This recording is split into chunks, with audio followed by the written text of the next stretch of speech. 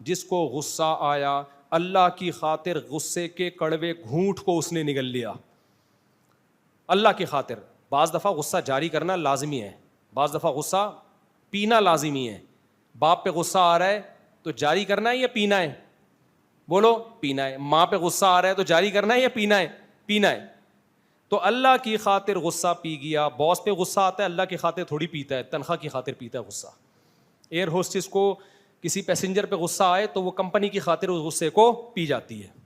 لیکن ایک غصہ ہے, بوڑھے باپ پہ غصہ آئے تو اللہ کے علاوہ کوئی بھی نہیں ہے بھائی جس کی خاطر آپ غصہ پیو. باپ کیا کر لے گا تمہارا؟ تو آپ نے اللہ کی خاطر غصہ پی لیا.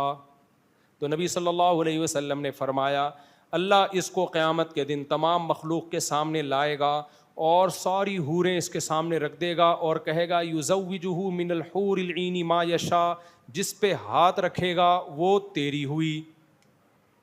اب آپ سوچو حسینائیں آپ کے سامنے کھڑی ہوئی ہوں بہت ساری, اور کہ جو سب سے اچھی لگ رہی ہے وہ تیری بیوی بن گئی. سن کے بے ہوش ہونے کا دل چاہ رہا ہے کہ نہیں چاہ رہا؟ ابھی ایسا ہوا نہیں ہے, نہ دنیا میں ہوگا. بلکہ دنیا میں تو زیادہ تر یہ ہوتا ہے جو لگ رہی ہوتی ہے وہ ملتی نہیں ہے. لوگوں کی یہی شکایتیں, دل کے ارماں آنسو میں بہ رہے ہیں, ان کے بچے ہم کو ماموں کہہ رہے ہیں.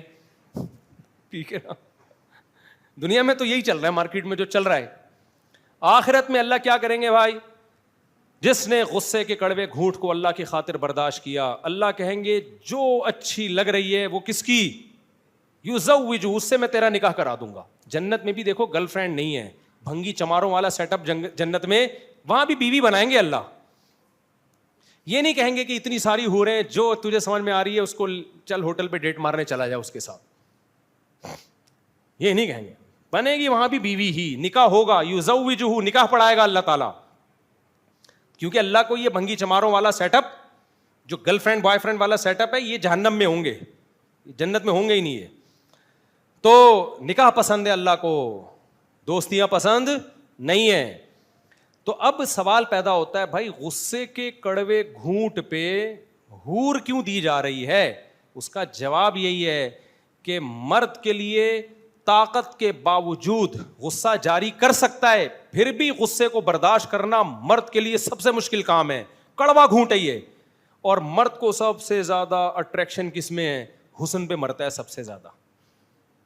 تبھی بڑے بڑے اچھے اچھے لوگ یہاں کے کیا ہو جاتے ہیں؟ ناکام.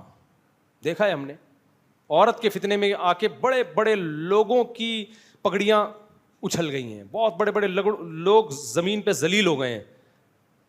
دنیا میں سب سے پہلا قتل اس چکر میں ہوا ہے.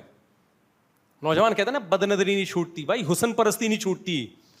تو مرد کے لیے سب سے اٹریکٹیو کیا چیز ہے؟ عورت ہے, حسن پہ پاگل ہو جاتا ہے. تو اللہ نے کہا کہ جو, اور مرد کے لیے غصے کے وقت اپنے آپ کو برداشت کرنا بھی کیا ہے؟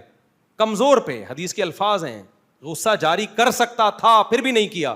باس پہ غصہ جاری کر نہیں سکتے, دوست پہ غصہ جاری کر نہیں سکتے, کیونکہ ایک پنچ لگایا آگے سے وہ بھی کیا لگائے گا؟ ایک پنچ. بات ہو رہی ہے جس کمزور پہ جاری کر سکتے ہو, اللہ کے لیے پی جاتے ہو, اس کو نہیں کرتے. وہاں کڑوا بہت مشکل ہوتا ہے, اس کڑوے گھونٹ کو نگلنا.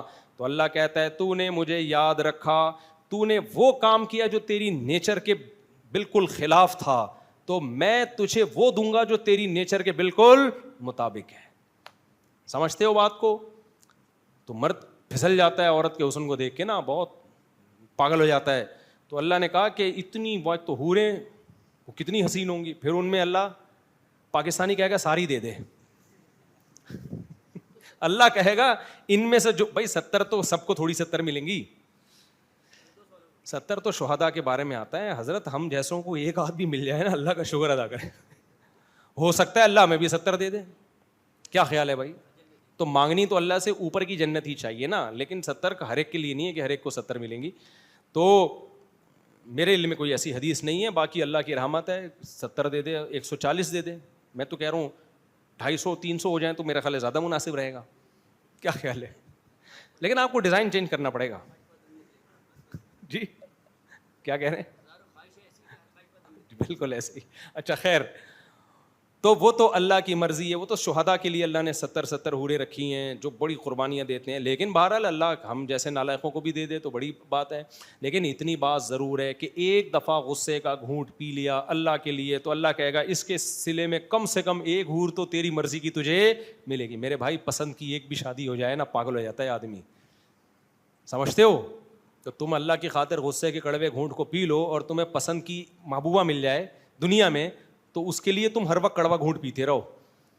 تو آخرت میں اللہ کے وعدوں پہ کیوں یقین نہیں آ رہا؟ تو اللہ کہے گا آخرت تو غیب کی چیز ہے, تو وہ ایک بھی مل جائے بہت ہے. اس لیے غصوں پہ کنٹرول کرنا سیکھو. کنٹرول سمجھتے ہو؟ جاری کرو جہاں جاری کرنا مفید ہے, جہاں جاری کرنا مفید نہیں ہے وہاں برداشت کرنا سیکھو. اور جب مجبوری ہوتی ہے نا سب برداشت کرتے ہیں. بڑے بڑے لوگ ہم نے دیکھے غصے میں پاگل ہونے والے, باس کے سامنے غصہ آ رہا ہے ذرا بھی پاگل نہیں ہو رہے, کچھ بھی نہیں ہو رہے. باپ کے سامنے آتا ہے تو ایسے چنگیز خان بن جاتے ہیں. اور باپ کا جو حکم ہے شریعت میں دادا دادی نانا نانی کا بھی یہی حکم ہے. ان بوڑھوں کے سامنے آپ کو غصہ جاری کرنے کی اجازت نہیں ہے. استاذوں کے سامنے بزرگوں کے سامنے مت کرو جاری, ان کو اپنا بڑا بناؤ. دیکھو میں نے کالج میں اپنے ٹیچر سے تھپڑ کھایا ہے. کالج میں انسان عاقل بالغ ہوتا ہے. سیکنڈ ایئر کا طالب علم تھا میں ایس ایم سائنس میں. ایک شعر غلط پڑھنے پر میرے اردو کے ٹیچر نے مجھے تھپڑ مارا تھا. ہمارے ابا اماں نے ہم کو سمجھایا تھا, اس وقت تو ہم مدرسے میں بھی نہیں گئے تھے, کہ ٹیچر کے سامنے غصہ بولو نہیں. حالانکہ اس وقت معمول نہیں تھا طلبہ پہ ہاتھ اٹھانے کا. کالج میں تو ہوتا بھی نہیں ہے, پروفیسر اسٹوڈنٹ پہ ہاتھ نہیں ہو. میری ذرا سی غلطی پر استاذ نے تھپڑ مارا تھا مجھے, تو میرے ذہن میں ایک لفظ الحمدللہ نہ استاذ کے خلاف آیا, نہ میں نے زبان سے کوئی لفظ بولو نکالا. شاید کسی دوسرے طالب علم کو مارتے وہ آگے سے جواب دیتا. آج کل ایسا ہی سسٹم چل رہا ہے کہ تم کون ہوتے ہاتھ اٹھانے والے. ہم نے سنا ہوا تھا بھائی ٹیچر اگر ہاتھ اٹھاتا ہے تو بڑوں کے سامنے زبان درازی نہیں کرتے, چپ. میں نے کہا ٹھیک ہے بھائی. اب انہوں نے غلط کیا صحیح کیا یہ ان کا ہیڈ ایک ہے, یہ ہمارا ہیڈ ایک نہیں ہے. ہمارا ہیڈ ایک یہ ہے کہ ہم آگے سے رسپانس کیا کرتے ہیں. باقاعدہ یونیفارم میں بیٹھا ہوا تھا. ایک تو کالج جانا ہی بہت کم ہوتا تھا, صحیح ہے, کراچی میں کالج کون جاتا ہے, اور ہم جو کالج جاتے تھے بڑا الگ اسٹائل ہوتا تھا. ہم جب کالج جاتے تھے جو ہمارے کلاس فیلو, راستے میں کوئی گولے گنڈے والا نہیں چھوڑتے تھے ہم, کوئی خربوزے والا نہیں چھوڑتے تھے ہم, کوئی گنے کا رس ہم نہیں چھوڑتے تھے. یہ سارے ٹرائی کرتے کرتے کرتے کرتے کالج میں آدھا گھنٹہ لیٹ پہنچ رہے ہوتے تھے, اور احتیاطاً کلاس ختم ہونے سے آدھا گھنٹہ پہلے اٹھ کے آ جاتے تھے. کیونکہ جوڑیا بازار میں ایک ٹھیلے کی بریانی کھانی ہوتی تھی ہم لوگوں نے, بڑی خاندانی, ابھی بھی سنا ہے بکتی ہے, بڑا مزہ آتا تھا. تو تھوڑا انجوائے بھی کرتے تھے. کالج جا رہے ہو اور پھر کلاس میں تمیز سے بیٹھے ہو تو استاذ کو چاہیے آپ کو اور پروموٹ کرے, اپریشیٹ کرے. یار اس ماحول میں یہ بچہ آ کے بیٹھا ہوا ہے اردو کی کلاس میں, لیکن استاذ نے ہمیں کسی بات پہ لگا دیا. اس بات پہ نہیں لگا گولا گنڈا کھا کے کیوں آیا, کیونکہ ان کی کلاس میں بیٹھا ہوا تھا. وہ کوئی شعر میں نے غلط پڑھ لیا تھا, تھپڑ لگا دیا انہوں نے. تو ہم نے تو اللہ کا شکر ہے کچھ بھی نہ ذہن میں آیا, نہ ان کے خلاف منفی جذبات پیدا ہوئے. بھائی بڑے ہیں یار, تھپڑ لگا دیا. تو ویسے بھی یار بڑی عمر کا آدمی بھی لگا دے تو بھی چلتا ہے مارکیٹ میں, کیا خیال ہے؟ ٹیچر نہ بھی ہو, بوڑھا ہے بزرگ ہے, یہ بھی کافی ہے. تو اب مسئلہ یہ ہے کہ اللہ میاں کیا کہتے ہیں بھائی, غصے کے کڑوے گھونٹ کو پینے پر کیا ملے گا.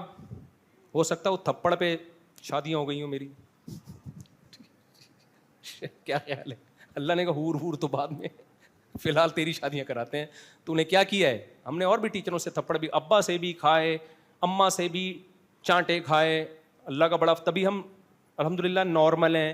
جو بچے ابا اماں سے پٹتے, کبھی بھی پٹے نہیں ہیں نا, وہ نارمل نہیں ہوتے. مارنا ٹھیک نہیں ہے بچوں کو, پڑھ پڑھ درندوں کی طرح کوٹ رہے ہوتے ہیں نا, یہ خود گدھے ہوتے ہیں جو اس طرح کی حرکتیں کر رہے ہوتے ہیں.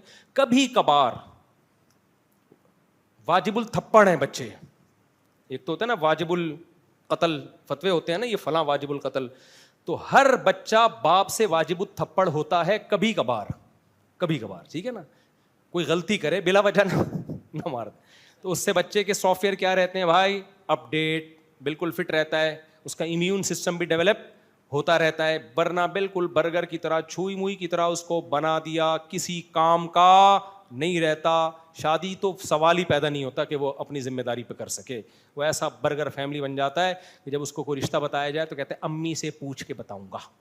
ہمارے دوست ایسے بھی ہیں, 35 سال کے ہو گئے، کم بختوں کی شادی نہیں ہو رہی. میں نے کہا بھائی شادی کیوں نہیں کرتے؟ کہہ رہی امی ابھی راضی نہیں ہے، امی سے پوچھ کے بتاؤں گا.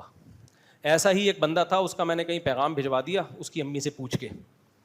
تو لڑکی والوں کے سامنے جب وہ امی سے پوچھ کے آیا ہے نا، بیٹھا ہے، تو لڑکی والوں نے کہا کیسے رکھو گے بیگم کو؟ اس نے کہا بھائی میری امی سب فیصلہ کریں گی، امی سے پوچھ کے بتاؤں گا. انہوں نے کو اندازہ ہو گیا کہ اس گھر میں ساس نے بہو کا کچومڑ نکالنا ہے. صحیح ہے نا؟ جب ساس بہو پہ ظلم کرے گی تو یہ کس سے پوچھے گا؟ امی سے پوچھے گا. تو جس آدمی میں ڈیسیژن پاور ہی نہ ہو، ٹھیک ہے امی کی خدمت کرے، ہر چیز امی سے پوچھ کے تھوڑی ہوتی ہے، کچھ چیزیں امی کو بتانے کی بھی ہوتی ہیں. امی یہ اب آپ کا مسئلہ نہیں ہے، یہ میرا مسئلہ ہے، تو کائنڈلی آپ تھوڑا سا، تو ڈیسیژن پاور ہی نہیں ہے، ہر چیز امی سے. جب چھوٹا تھا تو ٹھیک ہے امی سے پوچھ کے کھا رہا تھا، اب تو کچھ کام خود بھی تو کر لے. امی کی خدمت بھی امی سے پوچھ کے نہیں کر، بغیر پوچھے کر امی کی خدمت. ورنہ امی سے